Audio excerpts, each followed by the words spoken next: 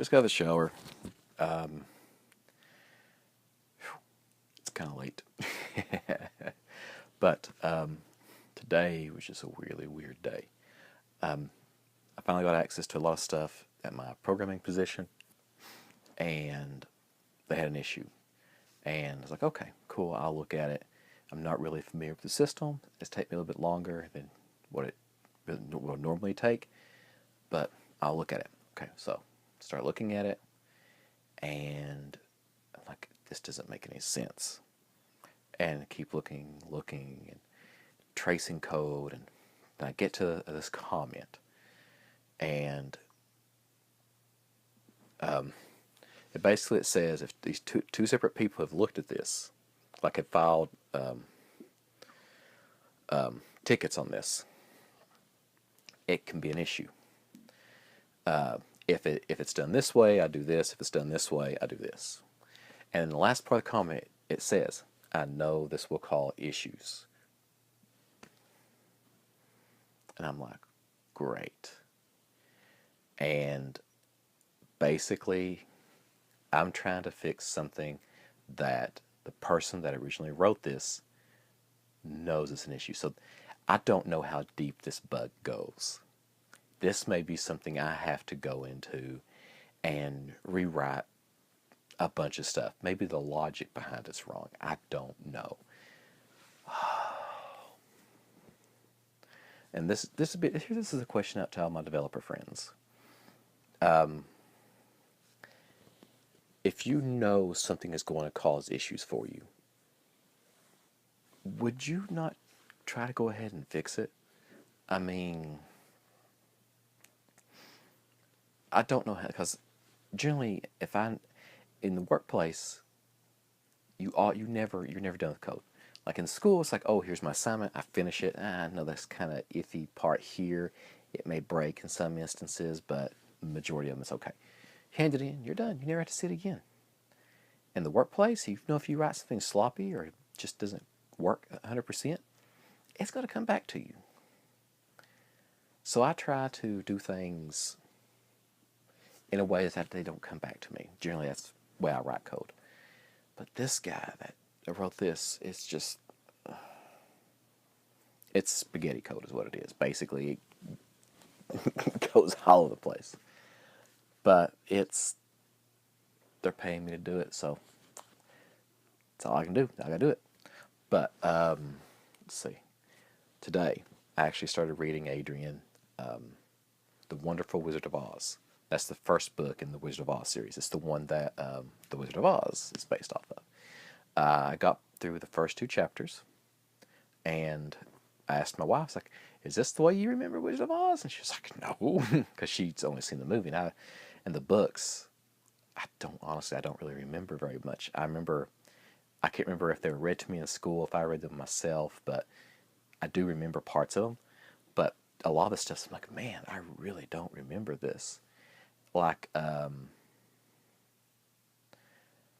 Dorothy's home life is like really bad. I mean, like, her aunt never smiles. Her uncle doesn't know joy. All the land is gray. Their house is like no color. I mean, I understand that's the reason why the beginning of the film. It's in black and white. Everything's gray. The skies are gray. The land is gray. The sun has bleached. Has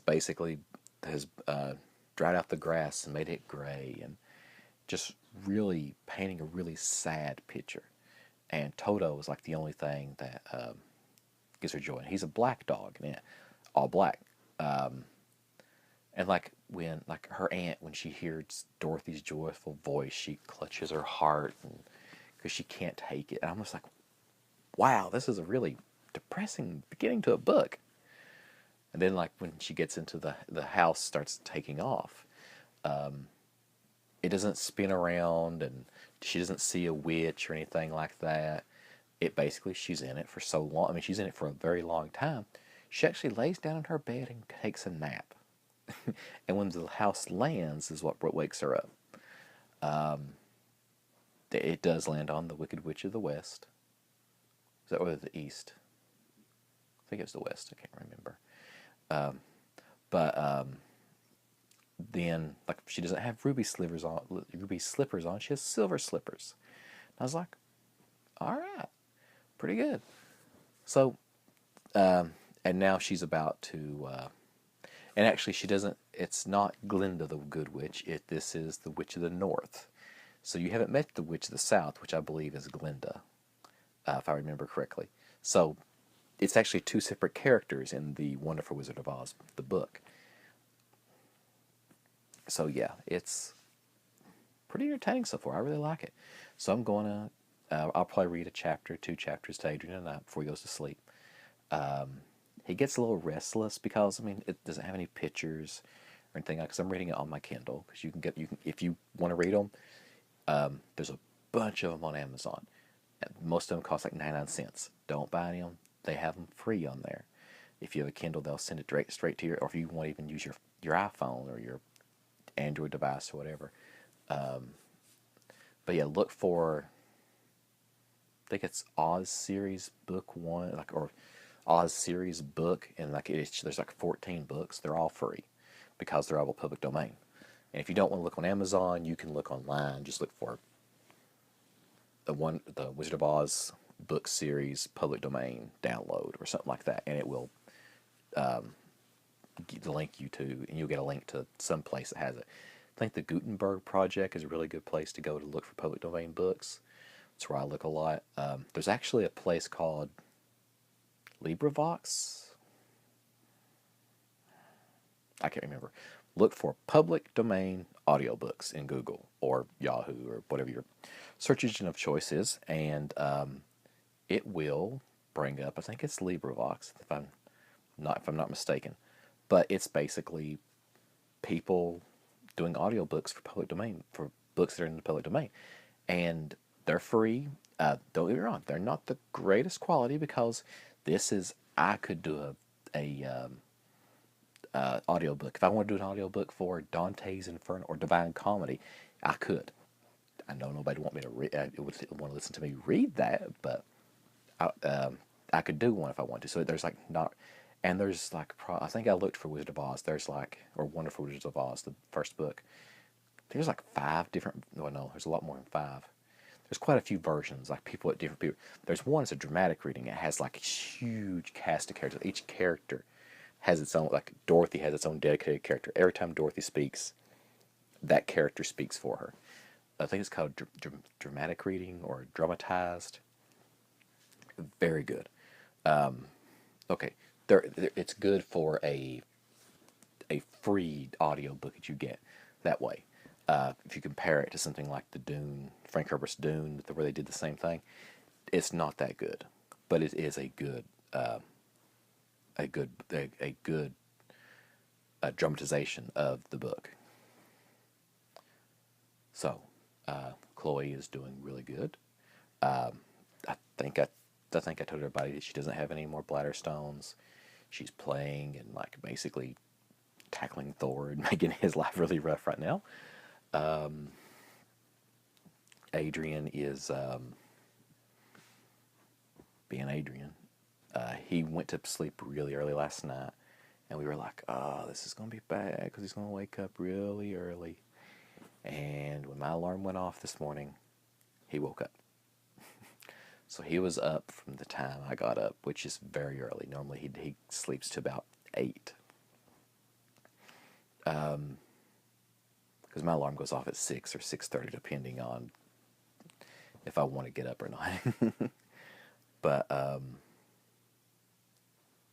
so yeah, he woke up with that, and when the grandparents got here, they was like, "Oh, he's already awake." And then when I got home from work, he had been asleep for an hour and 15 minutes. So I woke him up then, and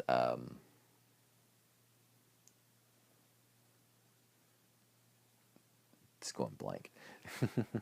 So then, and like when 8 o'clock rolled around, I was really trying to get him to go to sleep, and he really wouldn't. He didn't want to listen to me read or anything. So about 9 o'clock, I was able to get him. He'd sit on me, like he'd sit on my leg here and lean back, like put his head on my shoulder. And I'd be reading to him, and a lot of times he'd look up at me, and he'd look back down. He'd rub his eyes, and eventually he wanted to lay beside me because like we still have his the mattress to his baby bed downstairs, and sometimes he'll want to lay on it to fall asleep on. If if I'm reading to him or something like that. So he did that. I'm like, yes. So then that's when I went and took a shower. But yeah, it's been a pretty good day. I can't really complain too much. One bit of thing is that if you're a wrestling fan, you probably are going to know this. If you're not a wrestling fan, you're probably going to be like, ugh, I don't care about this. But the Rock and Roll Express are getting inducted into the WWE Hall of Fame. And I'm like, holy freaking cow. The Rock and Roll Express were my favorite tag team growing up. Like, bar none. Like, the only team that could come close would be like the Road Warriors, aka the Legion of Doom. They were great. Those two tag teams, I loved them to death. Anytime that they were on, I'd watch them. But yeah, it's just, I mean, Ricky Morton and Robert Gibson were great. If the only tag team I can say that came close to them, and they were almost a kind of a ripoff of them, were the Rockers. And if you don't know who the Rockers are, that is Marty Jannetty and Shawn Michaels. Yes, Shawn Michaels started out in a tag team. And if you have the WWE Network, look them up. If you have the WWE Network, look up the Rock and Roll Express and the Rockers. Just their matches. They are great. But I also look up a lot of the good things that with the Rock and Roll Express. Look up when they had their feud with the Midnight Express and Jim Cornette. A lot of those matches are phenomenal. Holy cow, they are so good. The Rockers, look up their matches they did with Demolition. Those are really good because, as you know, like Shawn Michaels is a big guy. Marty Jannetty is about the exact same size as him, and watch it because like the matches are good because the guys in Demolition, they're big guys, and they basically like where the Rockers were so agile, they were able to like, jump around, like basically really accent the strength of Demolition. So like Demolition could like really throw them and make them look really strong, and those matches are really good. So yeah, Rock and Roll Express. Oh, it's so good that they're. I mean, I honestly I can't believe that they're getting inducted, because a lot of times they don't really induct people into the WWE Hall of Fame that their success really wasn't in the WWE. Or if you're not familiar, the WWE actually that's the WWF also. They just had to change their name in the late '90s, early 2000s. So yeah, it's very, very, very good if you watch their wrestling matches. But now they're getting inducted, I'm really excited to watch this year's Hall of Fame ceremony. There's Kurt Angle, Rock and Roll Express, and I'm not sure who else is getting inducted yet. But I'm very happy that they are. As you can tell, I'm just like, holy cow! It's like it's like if when your favorite guest actor wins an Oscar or something like that, gets their name put on the Hollywood Walk of Fame or something like that. This is a really big deal for the Rock and Roll Express. It's really cool. But anyways, I want to end here. I just got out of the shower. I got to do the video editing for this, and I don't want to make this video too long for that. But hope you guys had a good day. Hope you can tell I had a pretty good day too. But talk to you tomorrow.